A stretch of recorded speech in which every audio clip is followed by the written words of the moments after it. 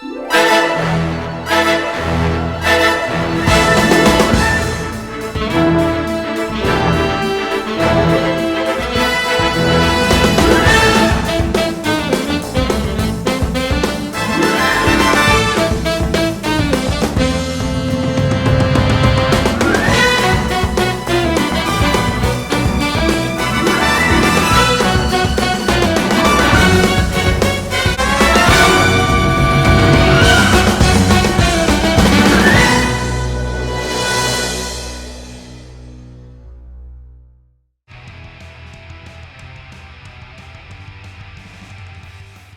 guys, Thad here with Iowa Budget RC, and I'm back with the Hummer.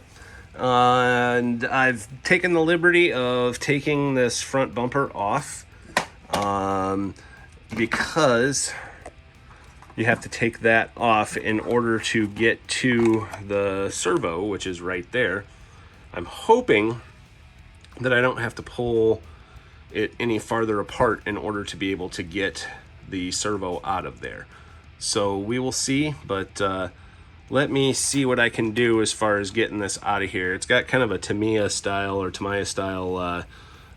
servo saver almost looking thing in there. And so if I need to replace that on the new servo, then I can. But let me see what I can do to get this out of there. Just wanted to show the similarities in these two controllers. I think Radio Shack copied these guys because they're pretty darn close as far as layout goes. But yeah, kind of interesting. But this is a good system, and this will be perfect for this. So anyway, just thought I'd include that. Okay, so that's actually pretty simple, and it just pulls right up. Looks like I'm gonna have to do like I did to the Radio Shack trucks, the other ones, and cut the ears off the servo, but we can make this work. Well, I got it most of the way out of there, but I'm gonna have to pop the spindle here in order to get the tie rod to drop down enough to let it come out of there. So again, not a big deal. Also thinking I'm gonna have to cut this open up here to clearance for the hobby grade servo, but we will see. All right, so there you can see the metal drive shaft, the metal cup. There is the metal inner drive cup. Look how heavy duty this stuff is. We could put a ripper of a motor in this thing and it wouldn't destroy that. And the size of the gears in this thing, you'll see when I take the motor cover off, because I am going to replace the motor, but you'll see when I take that off how gigantic the gears are, and they're heavy duty nylon. So now I'm gonna pop the servo saver off, and then we're gonna have a look at what we're gonna have to do to fit a real servo up in there. So the servo is one thing that's different. It's got a square end on it where it goes onto the servo horn.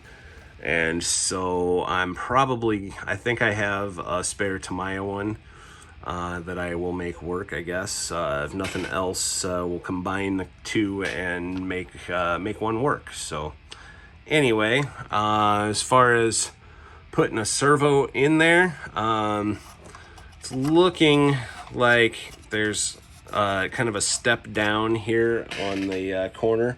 We might have to cut that out, but I'm not sure yet. So I'm gonna stick a servo in there and see what we find.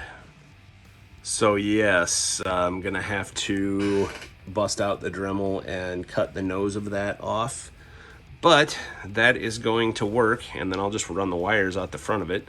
Probably use some metal strapping going over the edges from there across to the other side, so I don't have to use this gigasmic, ugly, not scale looking bumper. And yeah, things are going well so far.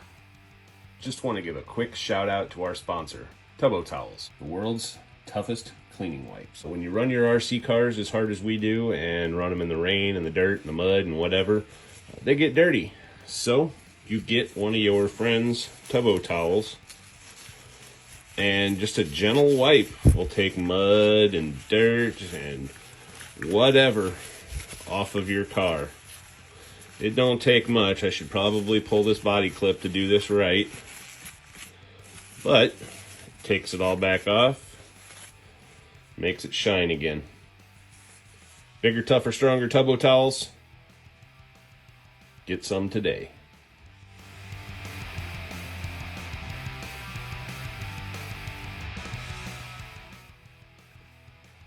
Alright guys, so what I had to do here was cut a hole in the top of this, and I probably made it a little too big, but it works. And I'm just going to, since I had to cut the actual screw area out of the front because there's a screw that goes through there, I'm going to shoe glue that back together.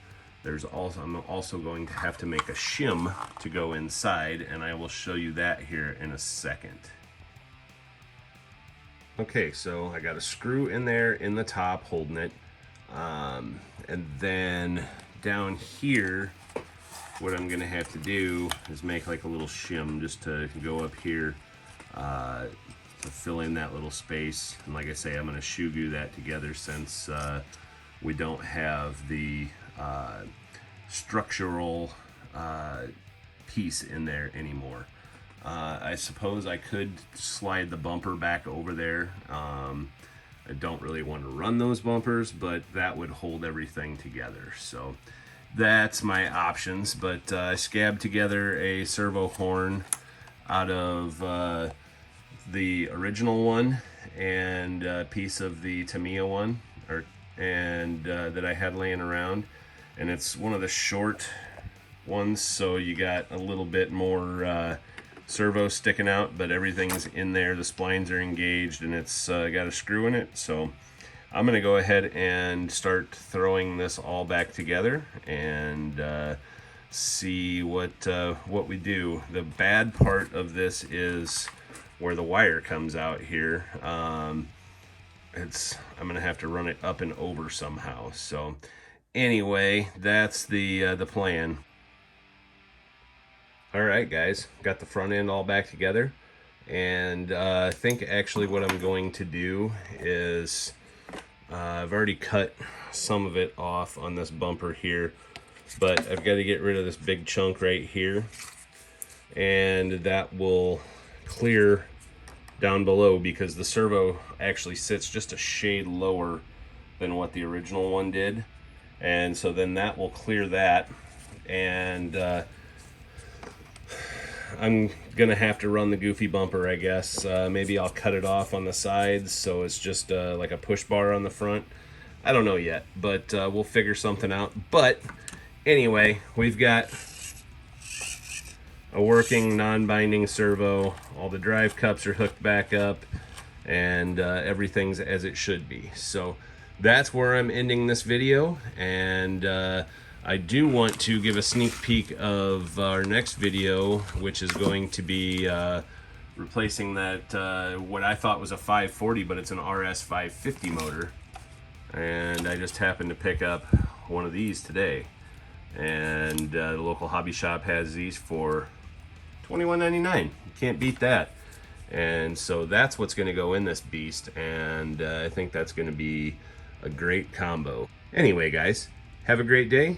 Don't forget to hit that like and subscribe. And speaking of subscribing, only about 23% of my viewers are subscribed.